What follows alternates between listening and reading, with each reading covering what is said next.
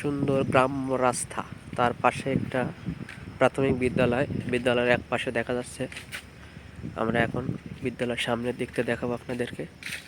এই পাশে ছোট একটা কেনাল জুতির খাল আছে, গাছের জন্য দেখা যাচ্ছে না, অনেকটা সুন্দরবনের মতো মনে হচ্ছে। এই পাশে একটা জাল পাতা আছে, জালে অনেক ধরনের মাছ বাঁধে, ট্যাংরা মাছ, পুঁটি মাছ, টাই মাছ, কই মাছ, এমনকি বিভিন্ন ধরনের সামুদ্রিক মাছও বাঁধে। এইটা আমরা চলে আসছি এখন প্রাথমিক বিদ্যালয়ের একটা ওয়াশরুম এরিয়া। এখান থেকে মূল যে প্রাথমিক বিদ্যালয় এটাকে দেখা যাচ্ছে। বিদ্যালয়ের নামটা কোথায় লেখা আছে, কোথায় লেখা আছে? এই পাশে আমরা দেখতে পাচ্ছি মাঠে এখানে র্যাকেট খেলা কোর্ট আছে।